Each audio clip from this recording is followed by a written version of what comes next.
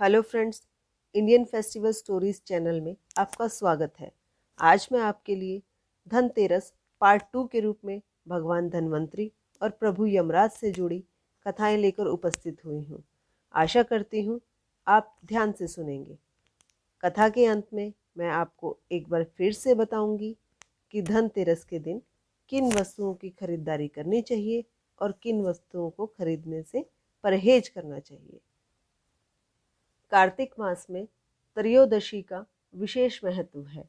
विशेषतः व्यापारियों और चिकित्सा एवं औषधि विज्ञान के लिए यह दिन अति शुभ माना जाता है। दिवाली से 2 दिन पूर्व धनतेरस व धन्वंतरी जयंती मनाई जाती है। महर्षि धन्वंतरी आयुर्वेद व स्वस्थ जीवन प्रदान करने वाले देवता के रूप में भी पूजनीय है। जैसे धन वैभव के लिए देवी लक्ष्मी की पूजा अर्चना करते हैं, उसी प्रकार स्वस्थ जीवन के लिए स्वास्थ्य के देवता धन्वंतरी की आराधना की जाती है। धनतेरस की सायंकाल को यमदेव निमित्त दीपदान किया जाता है। ऐसा करने से यमराज के कोप से सुरक्षा मिलती है। मान्यता है कि यदि ग्रह लक्ष्मी इस दिन दीपदान करे तो पूरे परिवार को रोग मुक्ति मिलती है और पूरा परिवार स्वस्थ रहता है। इस दिन पीतल और चांदी खरीदनी चाहिए, क्योंकि पीतल भगवान धन्वंतरी की धातु है। पीतल खरीदने से घर में आरोग्य, सौभाग्य और स्वास्थ्य लाभ प्राप्त होता है। व्यापारी वर्ग इस दिन नए बही खाते खरीदता है और इन्हें गद्दी पर स्थापित करते हैं। तत्पश्चात दिवाली पर इनका पूजन किया जाता है। लक्ष्मी जी के आह्वान का भी यही दिन होता है।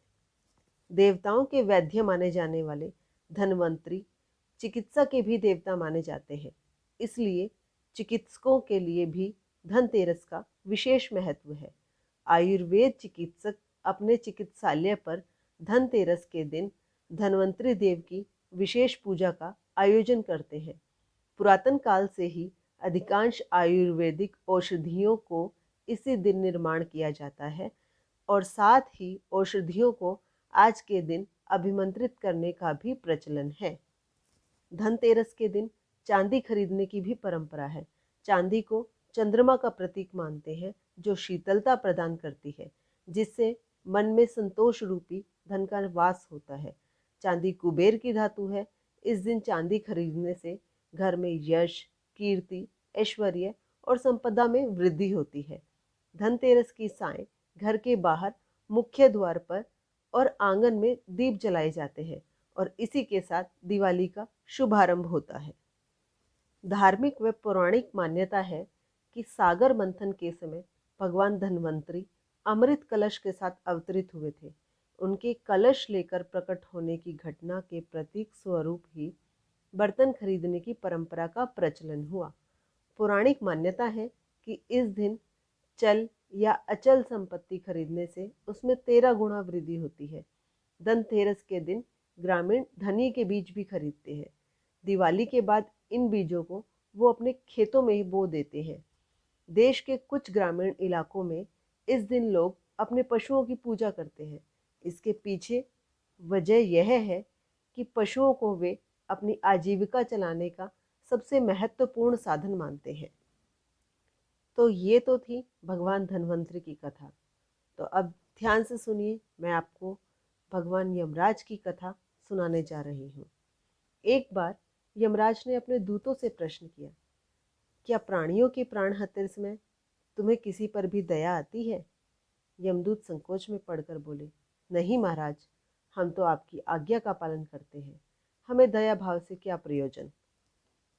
इस पर यमराज ने सोचा, शायद ये संकोचवश ऐसा कह रहे हैं, अतः उन्हें निर्भय करते हुए वे बोले, संकोच मत करो, यदि कहीं भी कभी भी तुम्हारा मन पसीजा हो तो निडर होकर कहो। तब यमदूतों ने डरते डरते बताया, सचमुच एक ऐसी ही घटना घटी थी महाराज, जब हमारा हृदय कांप उठा था। ऐसी क्या घटना घटी थी? उत्सुकतावश यमराज ने पूछा। दूतों ने कहा, महाराज, हंस नाम का एक राजा एक दिन शिकार खेलने के लिए गया। वह जंगल में अपने साथियों से बिछड़कर भटक गया और दूसरे राज्य की सीमा में चला गया। फिर वहाँ के राजा हेमा ने राजा हंस का बड़ा सत्कार किया। उसी दिन राजा हेमा की पत्नी ने एक पुत्र को जन्म दिया था। ज्योतिषियों ने नक्षत्र गणना करके बताया कि यह बालक विवाह के 4 दिन बाद मर जाएगा। राजा के आदेश से उस बालक को यमुना के तट पर एक गुहा में ब्रह्मचार्य के रूप में रखा गया। उस तक स्त्रियों की छाया भी न पहुंचने दी गई।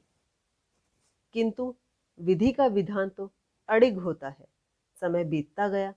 संयोग से एक दिन राजा हंस की बेटी युवा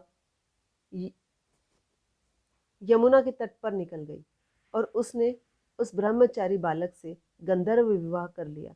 चौथा दिन आया और राजकुमार की मृत्यु हो गई। उस नव परिणीता का करुण विलाप सुनकर हमारा हृदय कांप उठा। ऐसी सुंदर जोड़ी हमने कभी नहीं देखी थी। वो कामदेव और रति से कहीं भी कम नहीं थे।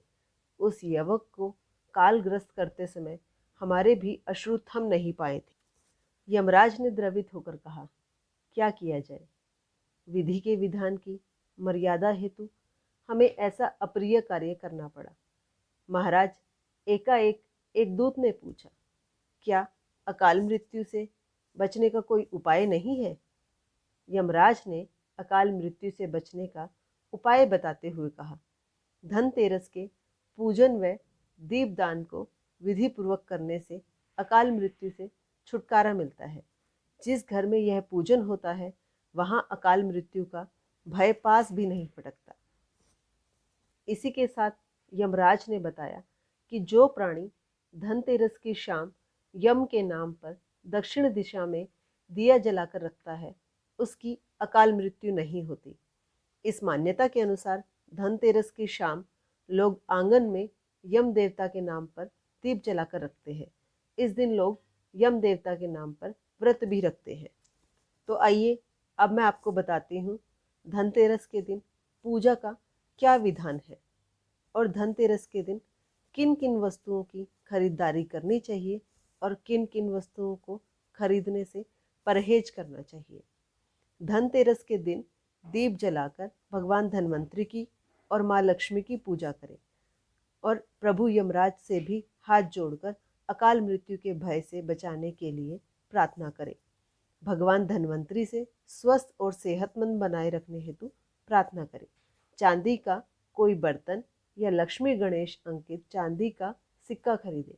नया बर्तन खरीदे जिसमें दीपावली की रात भगवान श्री गणेश व देवी लक्ष्मी के लिए भोग चढ़ाए। धनतेरस के दिन हम मिट्टी, तांबे या पीतल के बर्तन खरीद सकते हैं या चांदी के भी बर्तन खरीद सकते हैं। धनतेरस के दिन हमें लोहे या स्टील के बर्तनों को खरीदने से बचना चाहिए। दूसरी चीज़ जो हम धनतेरस के दिन खरीद सकते हैं वो है मिट्टी के लक्ष्मी गणेश जी की मूर्तियाँ या मिट्टी के दिए।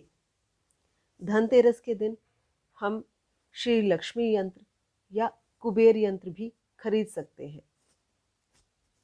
धनतेरस के दिन हमें कांच का सामान या चीनी मिट्टी के बर्तन खरीदने से भी बचना चाहिए। कांच के सामान का संबंध राहु ग्रह से होता है, इसलिए हमें कांच की वस्तुएं नहीं खरीदनी चाहिए।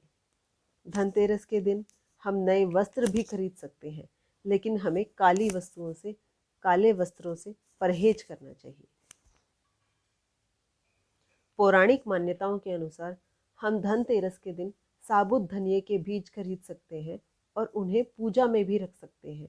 कहा जाता है पहले के समय में और आज के समय में भी किसान धनिये के साबुत बीजों को खरीदता था और उनको पूजा के समय में रखता था और दिवाली के बाद उनको अपने खेतों में बो देता था।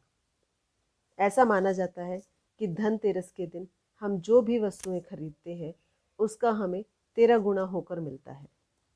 तो दोस्तों, धनतेरस पार्ट 1 और पार्ट 2 में मैंने आपको पूर्ण विवरण के साथ बताया कि हमें किन किन की पूजा करनी चाहिए, कैसी करनी चाहिए और हमें क्या सब खरीदना चाहिए और क्या नहीं खरीदना चाहिए।